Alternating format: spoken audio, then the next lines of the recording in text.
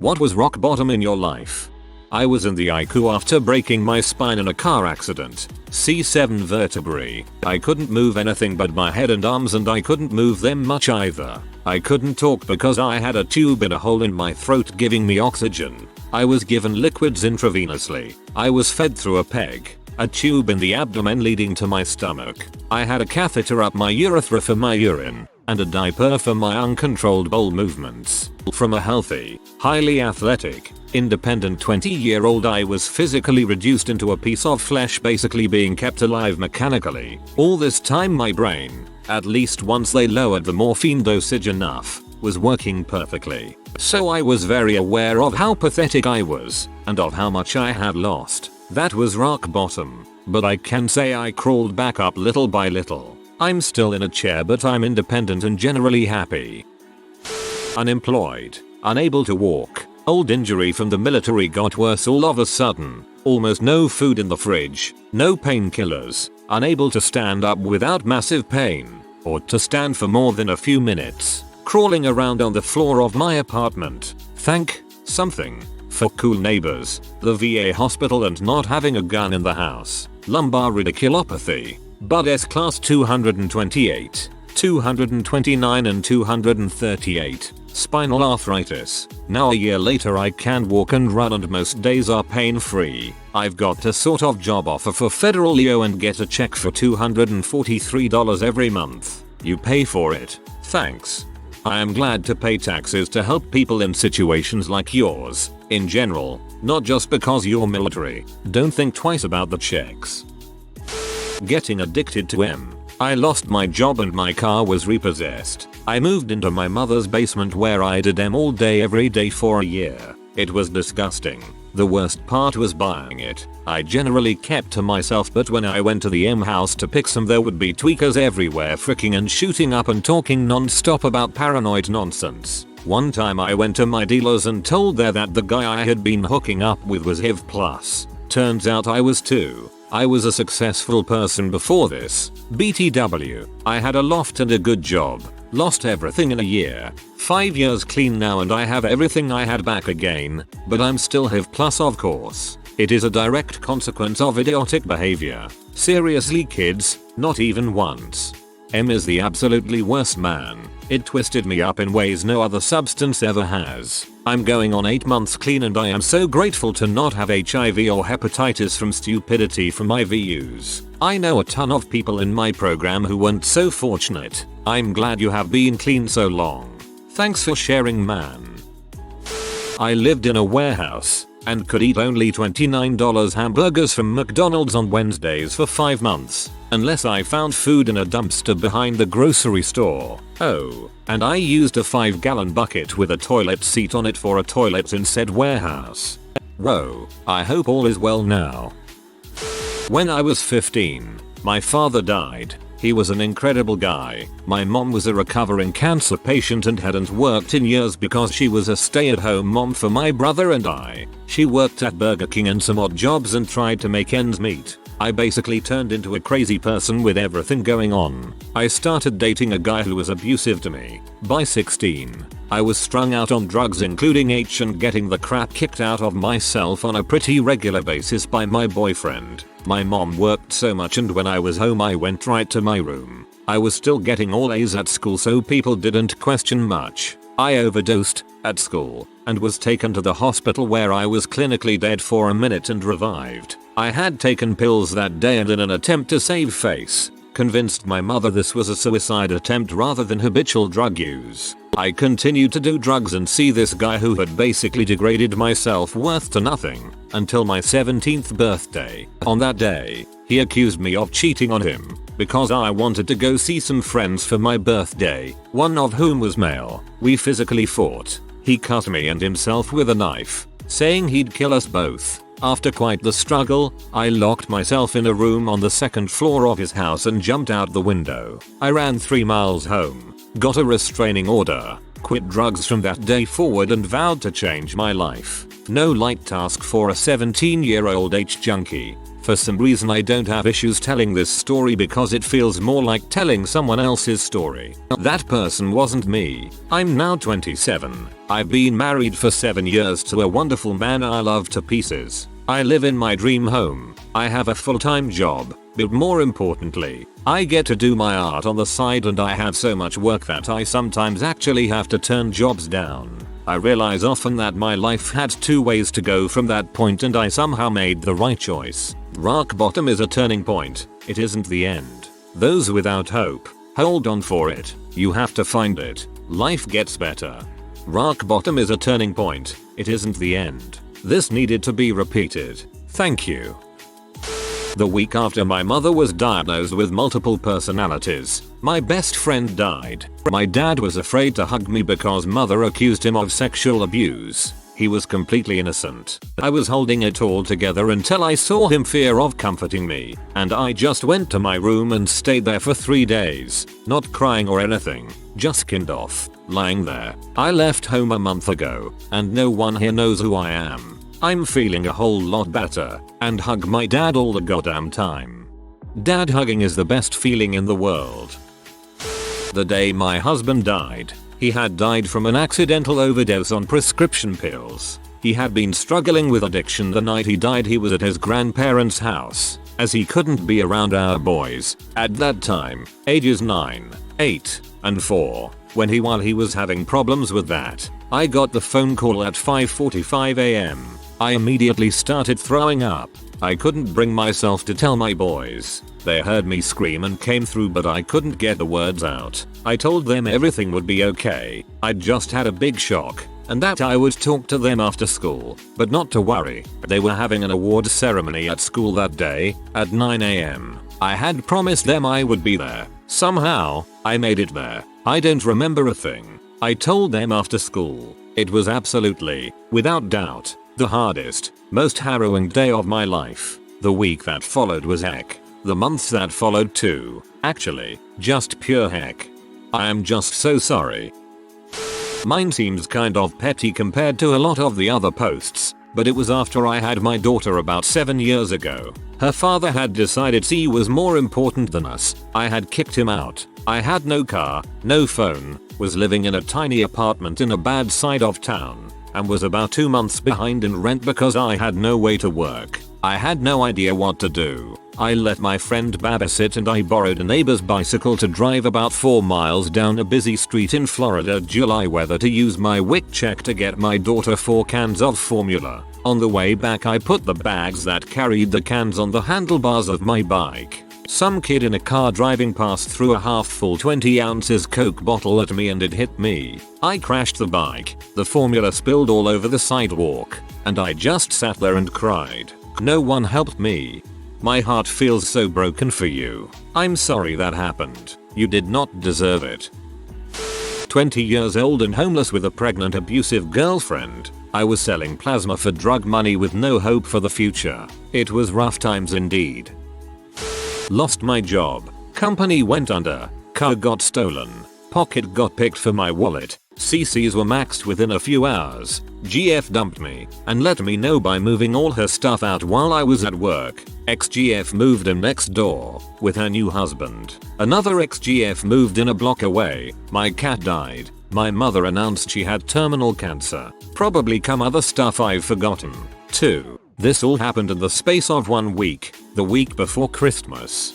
Sorry, but that sounds like a bad country song. If this were an interview question, I'd say to move in with your mother to be with her in her last few months. Preserve your savings, escape your exes, and avoid going home to a now empty apartment. Otherwise, I can't believe all this crap happened in 1 week. All you're missing is jobs, boils. I hope things have gotten better.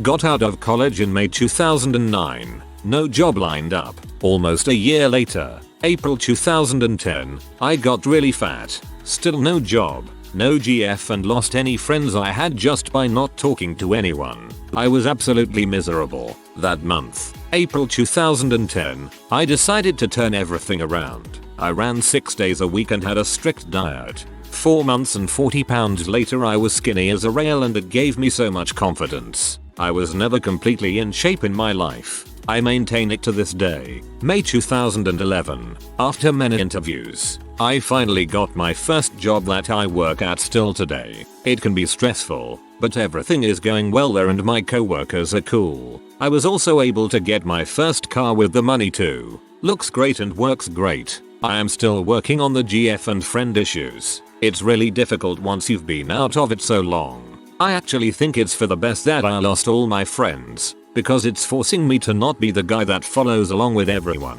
Now I'm forced to be the organizer leader and get everyone together instead of sitting around hoping that someone will invite me somewhere. The bottom line is anyone who is at a low point in their life trying to make things better, it takes 3 things: a lot of time, a lot of trying, and a lot of doing what you've never done before. I can't say that in actual events I had a singular moment in time where I hit rock bottom. However, there was a point in my life where I had 100% stopped giving a frick about even trying. I wouldn't take care of myself, didn't love myself, and would go to bed night after night with someone who made me unhappy because I honestly believed that one night I might just not wake up again. I became so nihilistic that things that used to make me happy meant nothing anymore. There just no longer seemed a point in trying. If any moment, some drunk butthole could swerve into my lane and kill me. I hadn't lost a job, a loved one, hadn't been dumped, or come under any ill will. All of it was in my head. I didn't ask to exist, but I do. One day, I won't. Simple as that, and I can't change it, so I might as well enjoy the ride and work towards self-improvement and finding new ways to be happy. This was 2 years ago. To put it into context. Hey kid, once the big sleep comes, you'll have not a single worry left. Until then, try to enjoy yourself. Remember, you are at the center of your own personal universe. Other people are just that. Other people. This might be a little long. My rock bottom came about 3 years ago. I had just turned 20, and being a frisky forever Alana, met a girl online. We just wanted to frick, so we did. Like rabbits. She said she couldn't get pregnant, but I wrapped my crap up anyway. Alas, it was to no avail. 2 months after meeting her, she's pregnant, and then begins the fast-paced race to the bottom once we move in together. In the month or so we lived together, all of the following happened. She told her co-workers I beat her. She completely alienated me from my very good friends who rented us the bottom floor of their house. She got drunk numerous times, completely destroyed just about everything I owned. And then the kicker. While I was out looking for a job, I came back to find that she had scheduled an intervention for the H addict and she falsely believed I had. Cue nervous breakdown. I spend a week and a half in a psychiatric hospital, and when I get out I find she's harassed my friends and family to no end,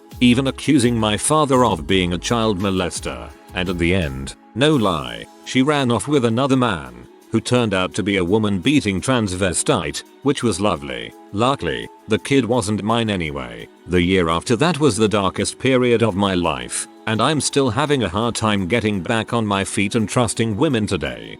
You know, when reading "don't stick your dong in crazy" on this site, I usually attributed it to inexperienced daters who hate their ex because they got dumped. Then you gave a perfect example of what that phrase actually fits. Not all us women are crazy, let alone that crazy. Glad you got out of that situation. Once, in the depths of my addiction to painkillers, I stepped out of my car at a gas station and promptly threw up the 7 Vicodin I had just eaten.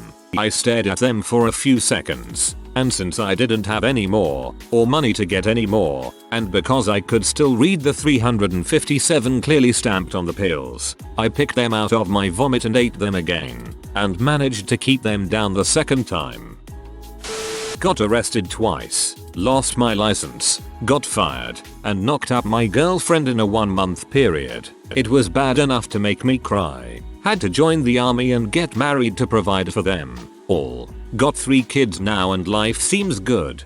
I love my grandma. I'd say the past month, culminating in this week, have been tremendously awful. I'm living abroad currently, and met a girl almost 2 months back now. We agreed to meet up for language exchange, though it soon became apparent that wasn't all she wanted to exchange. She assured me she was on the pill, but I used a condom anyway. It broke, and then she shared she wasn't actually on the pill. Panic. Go to a clinic the next morning because plan B isn't available over the counter. Tell the girl I'm pee at her for lying and don't want to see her again. She scratches herself until she bleeds, becomes unable to hear or speak, and has difficulty standing. What? In any case, I thought I was free. A couple weeks pass, and she calls and tells me 1. She hasn't had her period yet. 2. Oh, by the way, she threw up the plan B pill. 3. She's pregnant. What frick everything about this? We had discussed abortion when we initially got plan B should it somehow come to this, but now she's telling me she wants to keep the baby and we can raise it together. No number. We talked long and hard about abortion, and finally she had the procedure today. She thinks we're meeting tomorrow to talk about our future. I am trying to figure out how to never see her again and the anxiety is killing me. TLDR. See username. You're very lucky to be in a country where abortion is legal. Last year, I was on the run from an abusive relationship with nothing but my car and what I could fit into a green army duffel bag. I tried to go back to school, full tuition scholarship, no housing, and ended up living between about 3 or 4 different people, rarely staying in the same place for more than a week. Any money I got was from Reddit, on the Our Favors board, taking digital art commissions and work as I could get them. The threads are still in my post history. I knew I'd hit rock bottom. Really, the night before I left, I was staying in some girl's house, but I slept in the basement, which was unheated and uninsulated in the middle of winter. It was probably 10 or 20 degrees outside and I could see my breath. I'd been sick for a week or so and got progressively weaker. My parents and I weren't speaking, and hadn't been for about 2 years due to a falling out when they'd found out I was moving in with my boyfriend, that I wasn't a Christian, or straight, and that I was cross-dressing as a guy in my spare time.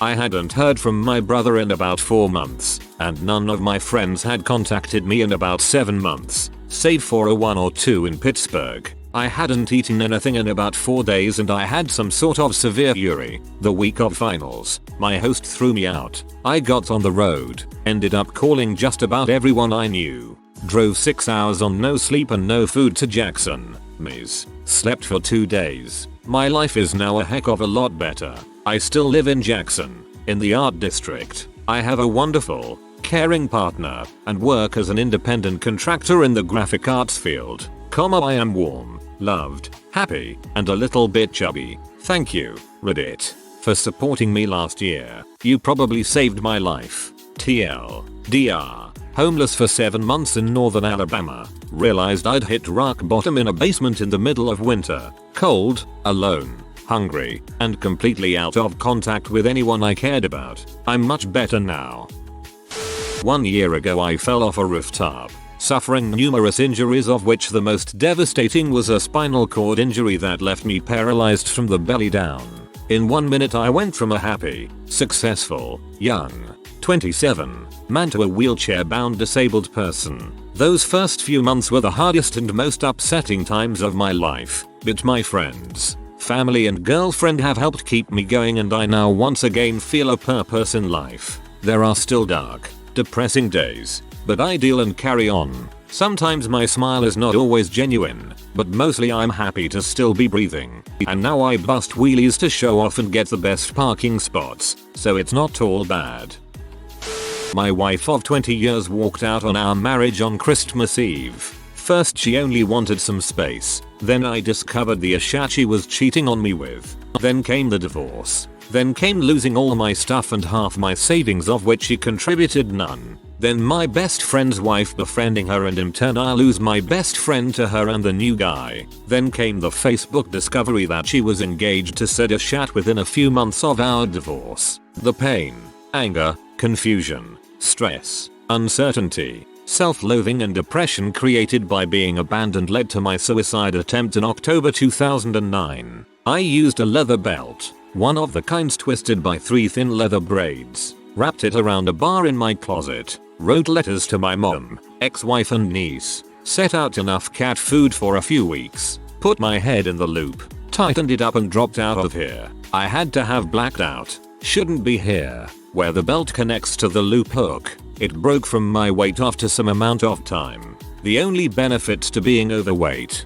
I woke up on the floor resting in a nice pool of blood from the large gash in the back of my head after having hit a corner piece of furniture on my way down. It was night. My cat was licking my face. The biggest, dumbest mistake I had ever made, but I was alive. Never again will I sacrifice myself in that way for someone who does not and did not deserve me. For anyone who thinks cheating on someone you purport to love is cool or exciting or the best way to end a marriage or relationship, think again. Infidelity ruins people, families, friends, kids. It creates more problems in our country than you can imagine, and it never gets talked about in more than a passing light. Socially, it seems to be nothing anymore. An inconvenience that most people are cool enough to deal with immediately. The amount of times I've heard dead wrong, pointless and inane advice like just suck it up or man up and move on would fill a book. All I'm saying is, the effects of this behavior can kill.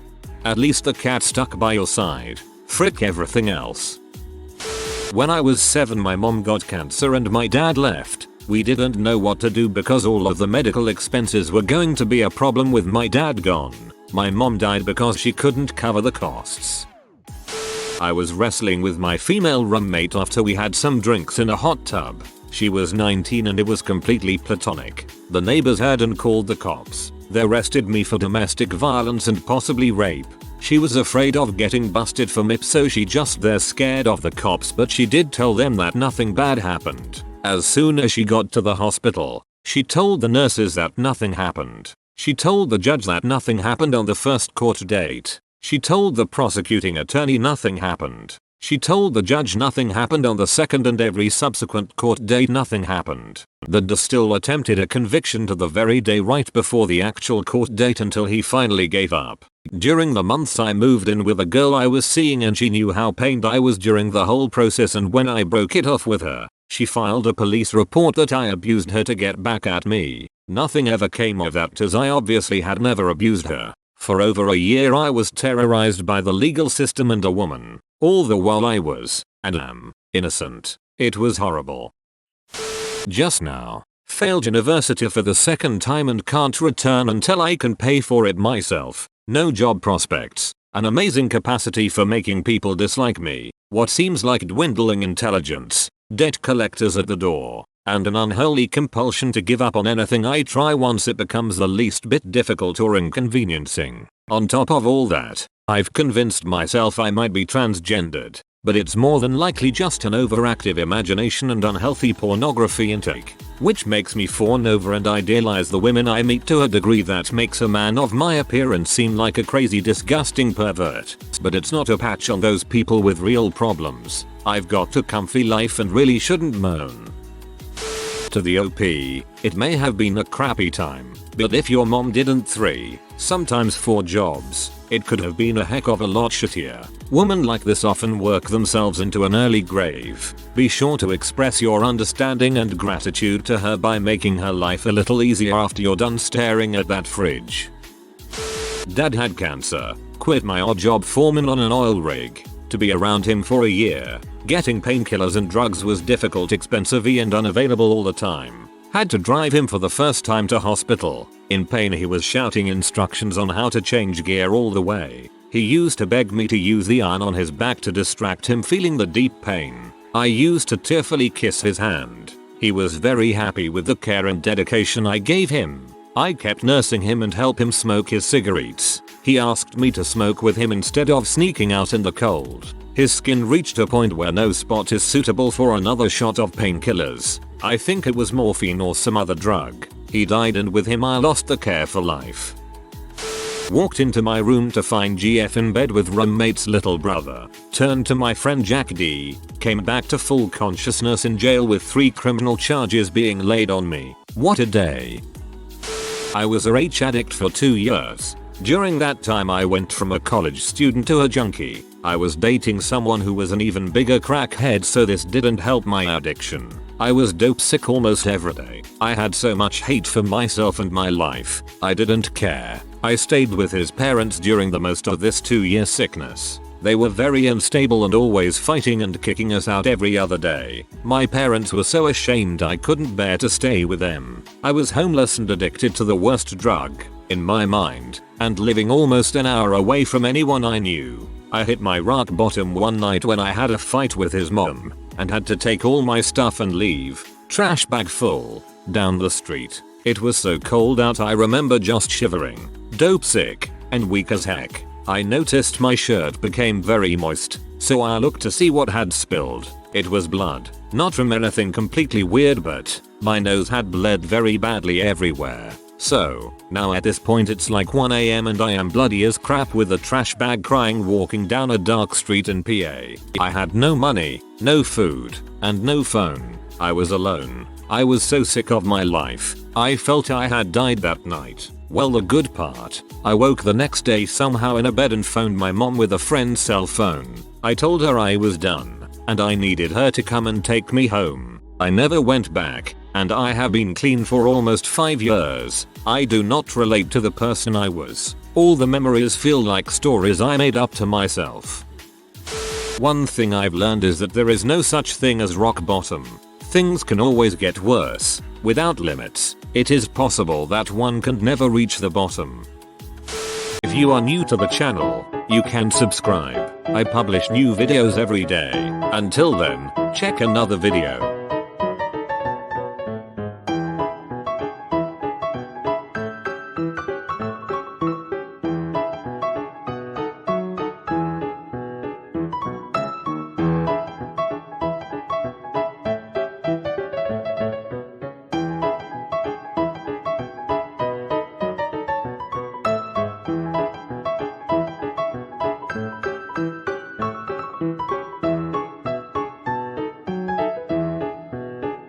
Bye for now.